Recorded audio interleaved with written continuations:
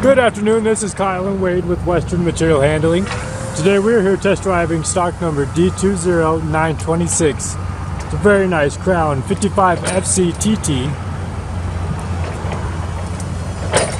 Wade's going to give us a quick demonstration. It's a 5,500 pound capacity. Cushion tire. Actually traction, as you can see, very aggressively treaded. It's got a two-tall mast, is what we call it. It's got a 284-inch three-stage mast. Very high up in the sky it'll go.